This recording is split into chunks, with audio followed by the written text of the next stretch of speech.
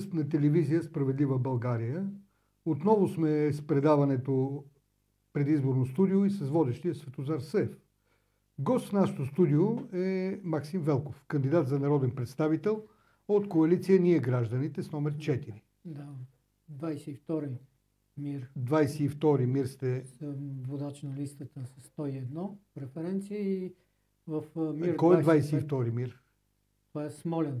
В Смолян сте водач на листата. В София в 25-ти МИР съм трети в листата, преференция 103. Добре, сега ще говорим за политиките, които се налагат в България и в Европа с цел да се, как да го кажа, да се заличи идентичността на българина и на европейца, вероятно. Тези политики какви са? Когато едно население се развива по пътя на създаването на своя държава, то постепенно развива своя култура, свое население, свое разбиране за икономика. Това, което в един момент започва да се случва в Европейския съюз, е точно унищожаването на тези неща. В Европейския съюз реално с чиновничеството, което е насадено в неговото управление, реално мачка местната администрация и насажда собствена местна администрация, в резултат на което културното развитие на населението, на държавата, която попадна под този надзор, започва да се спихва, да не се развива. И по този начин държавата си губи идентичността. Когато сме се развивали, ние сме развили въоръжени сили, развили сме икономика, както казах, развили сме наука и изкуство. Ние в момента няма достатъчно... Естествено и собствена култура. Собствена култура. Собствен български дух, български традиции сме ги запазили и така нататък. Ние в момента даже да започнем оттам, ние нямаме развитие на собствена наука в момента нямаме, защото бях слушал, някъде бях чел, че всъщност уредите, които ползва БАН в момента, са като уреди от 4-ти клас в японските училища. Просто потискането на развитието на това, което може да развие местната българската идентичност е много очевидно. Това цялото се базира реално върху тежкото развитие на корупцията в страната. Тази корупция, която се подхранва и пази, охранява се от чиновничеството на Европейския съюз. Именно през нея, когато дойдат тези фондове, които ни ги подхвърлят, които реално са по-малко, отколкото ние влагаме като получаваме от това, което ние влагаме в Европейски съюз, това не са измислени приказки. Това е процента, който ние сме усвоили благодарение на корумпираната власт, усвоили от отпуснатите фондове, в сравнение с това, което внасяме в тези фондове. Ние повече внасяме, отколкото реализираме. Реално реализираме, да. Реализираме. В този дух образованието ни е изключително в тежко състояние. От 2-3 дена много са пресни нещата тук с средното изпитите за завършване на средно образование. Боже, какви са тези оправдания от министър, от министерство? Ама те, видиш ли, магнетофоните не издавали хубав звук, ама принтерите, значи, когато човек подготвя да прави нещо, той тества нещата. Когато не си ги тествал, а си ги направил урголешката, извинявам се за израза, те просто в един момент дефектите избиват и се получават тези ефекти, които ние наблюдаваме. Стотици ощетени деца. Сега обясняват на родителите как не били ощетени. Не, ощетени са. Тези 2% ощетени, които са за Министерството, са 100% за всеки един ощетен ученик в българската държава. И това е за цялата държава. Тези деца вече знаят, че не могат да разчитат на държавата, на коректност от страна на държавата.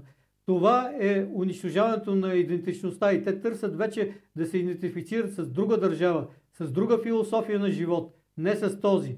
А ние стотици години сме съграждали, нашите поколения наред са израствали с идеята, че България е добра страна, България е велика страна, България е дала писменост, България е дала наука и България продължава да дава наука. Само погледнете колко са научните изобретения в света, дадени от нашата държава, благодарение на науката. В момента обаче науката е смазана. И то е смазана с решаващото действие на тези, които са в управлението й. С този така наречен професор, дето се мъдри на чиновническото място, министър на просветата, и продължава да се опитва да обяснява, че всъщност те били свършили всичко. Боже Господи, какво още трябва да стане, да се разбере, че този човек е опасен за образованието на нашата държава? А ние имали ли сме до сега министър, който да не е опасен за образованието на България? Аз не си спомням последните 30 години. Преди 89-та година, може би. Преди 89-та година. Всъщност, като се сетиме всичко това, което си представяме като мечта за бъдещето, го виждаме в все като спомен от миналото. Некак си много странно ни се развива държавата. Еволюирахме до мечта да се върнат старите години. Добре, все пак да ви попитам, каква е причината за тази, как да кажа, за този колапс в образователната ни система? Аз четох някъде, че ние българите на времето сме били в челните редици по ниво на образование на нашите деца, а сега гониме последната четвърт в света, не в Европа. В Европа, вероятно, сме на едно от последните места. Реално това е тежката създала ситуация след 89-та година, която беше ужасно неглижирано цялото образование. За учители се събираха хора, които нямаха друга работа. В резултат на което отношението към учителството, към образованието спадна тежко. Това, което преди 89-та година се получаваше с... А да не би да има нещо свързано с промяна на ценностна система? Точно това тръгнах да казвам. Преди 89-та година ценностите се... Хората, да, имаше и с връзки се назначаваха, се развиваха хора, но имаше контролни органи, контролни системи и това общество, които, когато този човек се окаже, че не става, той отпадаше от системата и постепенно се създаваха нормални хора, нормално образовани чиновници, нормално разбиращи проблемите чиновници. Сега се назначават хора само с връзки, само по корумпиран път и най-вече най-тежката вина, която има този вид общество, който в момента, че се назначават по политически причини. Те не отиват там да се грижат да децата да са образовани, да могат да мислят. Те отиват да управляват мисленето на децата. Така да го управляват, че да приемат за вярно само това, което е казала държавата. Онази ЛГБТ държава, която всъщност не е наясно и със себе си какво представлява. Добре, каква е ролята тук на обществените организации? Защото аз от публикации в средства за масова информация съм научил, че много сдружения, обществени сдружения се бъркат в образованието и много често налагат значителни щети в него. Това е инструмента на тази ЛГБТ общност, която и на този Европейски съюз, най-вече на цитаделата на колониалното владичество на България. Това са НПО-тата, които реално заместиха онази функция, която имаха читалищата. Те даже доразвиха го всъщност функцията. Те налагат вече НПО-тата, не БАН, не научните институти на БАН, тези, които знаят, които разбират или поне разбираха сега. Те верно, че се смениха и поколения и учени там се смениха и вече са населени с правилните хора, както в Софийския университет, може би, ако като погледнете преподавателите, цялата диаспора от онова СДС, което дойде 89-та от преподаватели, е онова СДС, което дойде след 89-та година и насъди този тип обслужващо общество, обслужващо западната култура, а не българската култура. Ако българската култура съвпадаше с интерес, ако западната култура съвпадаше с интерес на българската култура, добре, но те насъдиха и това, което не съвпадаше с интересите на западната култура, просто го унищожиха. Сега тези хора преподават и възпитават, създават кадрите на България. Кадри, които да не останат тук в България, а да избягат, да отидат на Запад, защото в България вече не може да се развиваш по нормален път. Ако имаш собствено мислене, ти нямаш място в учените, в средите на учените. Ако ти имаш някаква собствена идея, при всички случаи ще те смажат, за да те накарат, ако ти наистина можеш да работиш само по поръчка на това, което те ти кажат, а не на това, което ти искаш.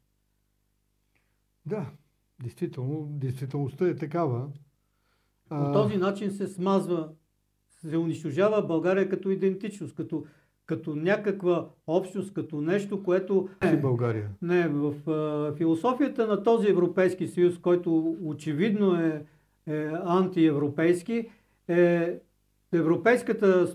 европейските държави, малките, големите, чиновничеството осигурява работа и осигурява интересите на двете големи държави, Франция и Германия, като след излизането на Великобритания от Европейския съюз, те всъщност обслужват интересите на англосаксонския свят, който от другата страна, който реално ги управлява тях. В този смисъл, в развитието, икономическото развитие и научното развитие се прави само в полза на тези две държави. Това, което пречи на тези интереси, бива смазано, бива унищожавано. Очевидно се виждат тези неща в развитието. Затова малките населени места, тези райони, които са пригранични, които са оставени на владеенето на местните феодали, на местните, изграждат се като ОПГ, като организирани престъпни групи, действа местната администрация, но тя просто е реплика на онази администрация, която е в Европейския съюз. Те не защитават интересите на населението, те защитават личните интереси и интересите на тези, които са ги назначили. Без значение дали унищожават някакви животи, някакво бъдеще на местно население. Важното е да бъде изпълнена резолюцията на интернет, да изпълнят интернационалния си дълг към Европейския съюз, към чиновниците на Европейския съюз. Искате да кажете, че нашите управляващи поставят много често чужди интереси над българските, които интереси са в противоречие с българските национални интереси. Такива тежки интернационалисти не е имало по българските земи. По времето на комунизма. Да, по времето на Бледа сянка, те просто са видели, харесало им и са го развили много качествено в момента в България. Това, което е в България в момента владее, един тежък симболшевизъм. Е овладял България и овладял Европейския съюз. Той има друго название. Нарича се ЛГБТ философия. Либерална демокрация се нарича. Която очевидно и на Запад започнаха да се отказват вече от нея. Но ние тук се крепим. Ние сме правоверни. Добре, аз доколкото разбирам, вашата коалиция, ние гражданите, е евроскептична коалиция, която вие вероятно сте хора патриоти, хора, които се поставяте български интерес над евроатлантическите ценности в кавички. Един съюз, България като влиза в един съюз, ако този съюз не развива интересите на България, той не е добър за нас. Ако в един съюз ние отиваме за да ни унищожат, то това е самоубийство. Значи, това е някакво суицидно отношение към това. Ние сме за съюзи, за да може да се развива България. България не може да се развива, тя не е голяма като Русия. Тя не може да се развива, нямаме достатъчно ресурси, въпреки че имаме достатъчно да се развием. Но така както в момента е конструиран и работи Европейски съюз, той е против тези държави като нас. Против държави като България, като Унгария, като Словакия, и когато някой започне да говори за истината, той не говори против Европейския съюз, а когато кажеш истината, че господа, това, което правите е противоестествено на държавите, които в нашите територии и това нас ни пречи да се развиваме, те те обявяват за враг, те те обявяват за русофил. Ма какъв русофил може да бъдеш ти, когато искаш хората на твоята земя да си изкарват хляба тук, на тази земя, а не да чакат някакви подаяния като наркоман от някой, който да им го подари от Европейски съюз и те да ходят да му целуват ръка и не да мислят как да произвеждат, как да си развиват живота, как да отглеждат това, което стотици години са отглеждали, това, което спаси България след освобождението от турско робство, земеделието, а почваме да развиваме някакви... И аз не знам какво да развиваме. Това, което можехме да развиеме и беше съхранено, военната промишленост, в момента работи прекрасно. Защо работи прекрасно? Защото заводите ги запазихме и заводите тези произвеждат от това лошо оръжие, руско, което се оказа 3 пъти по-ефективно от това прехваленото натовско, американско. То друго няма, само американско. Само, че американското става само за паради, а не става за битка. А се оказа, че нашите заводи работят. Само, че ние сега произвеждаме, защото ние произвеждахме от няколко години, не от войната в Украйна. От преди войната в Украйна захранвахме всички фронтове с боеприпаси, с изстрели, с всичко, каквото произвеждаме. Работеха на 3 смени от 3 години, може би 4-5 години. Военната ни промишленост работи на 3 смени. Но го продавахме. Сега, защото големия брат те казва, защото ние винаги имаме голям брат, това ни е проблема с тези, дето ги правиме лидери в нашата държава, че те идват, защото са слуги на някакъв голям брат. Време е да разберете, не ни трябват такива управници. Тези хора сега го даряват това оръжие, изпразват складовете, т.е. ние сега ще трябва да си купиме суровини, да си произведеме ново оръжие, т.е. ние да си зареждането на складовете отново да стане за наша сметка. Вместо да печелим от това, ние губим от това. Да, лошо е. Да, от война не се печели. Оръжието се произвежда да се продава. Ние не произвеждаме памперси, за да даваме хигиенни услуги на воюващите страни. Ние произвеждаме това, което носи смърт и го правиме качествено. Време е да разбереме, че ние имаме наш български интерес. Това е нашия български интерес. Това, което можем да произвеждаме, да го произвеждаме и да го даваме. Примерно в Смолян да произвеждаме туристическия продукт, да има мир. Да има мир за България, за да могат да идват повече туристи. По-добре да се развива там, да се развива хотелиерство, ресторантьорство, да се развива местната дърводобна промишленост, без да се унищожават горите поголовно и да се изнасят. Но това трябва да се прави в интерес на местното българско гражданство. Без значение каква националност има. Гражданите, живеещи в България, са най-различна националност имат, но те са граждани на Република България. И ние представляваме етническа принадлежност. Не... Етническа принадлежност, да. От различни етноси има. От различни етноси, аз друго, да. Както и да е. Да. Ами вижте сега, най-интересен е двойния аршин, който прилагат американците. Вие виждате, американците също дават оръжие на Украйна, само че за разлика от нас те не го подаряват. Те първо дават кредити, при не чак толкова изгодни условия, и с тези кредити обаче те купуват оръжие. Купуват собственото си оръжие американско и го изнасят там, нали? Ще да е добре и ние да правим така. Разбирате ли? Най-добре е да не участваме в тази война, но както да е, въпрос е двойния стандарт. Но сега те идват американци, също тези американци, които не дават нищо без пари. Нали виждате, те искат и нова атомна централа да ни дадат, обаче цената е в пъти по-голяма от нормалните цени, нали? И така нататък. Те искат от нас ние да подаряваме нашето оръжие, те искат от нас ние да подариме нашата ядрена централа, която... Двата реактора, които ги купихме от руснаците, които все още не са монтирани никъде.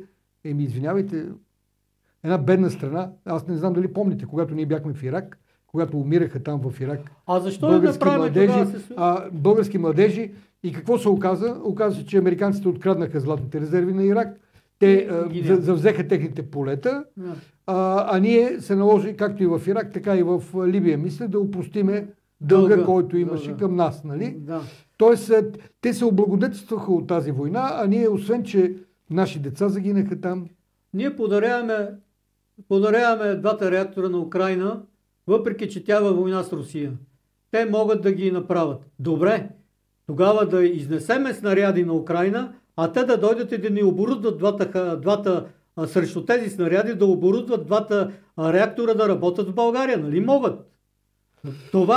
Това е нормалната сделка, която може да се получи. Добре, но по този начин как американците ще подхранят тяхната си индустрия? Целта е да се налеят тези милиарди в американската икономика.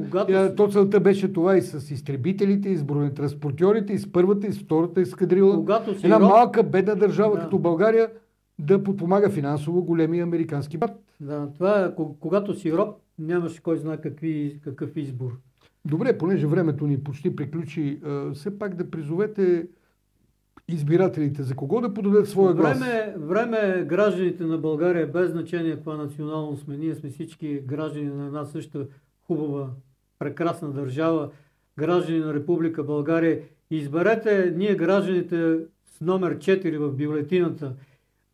Изберете мене, Максим Велков, в 22 избирателен МИР Смолен с номер 1 или в 25 Софийски избирателен район с преференция 103. Изберете ме в листа за Европейски парламент с 109, за да защитим и за да възстановим държавата си отново.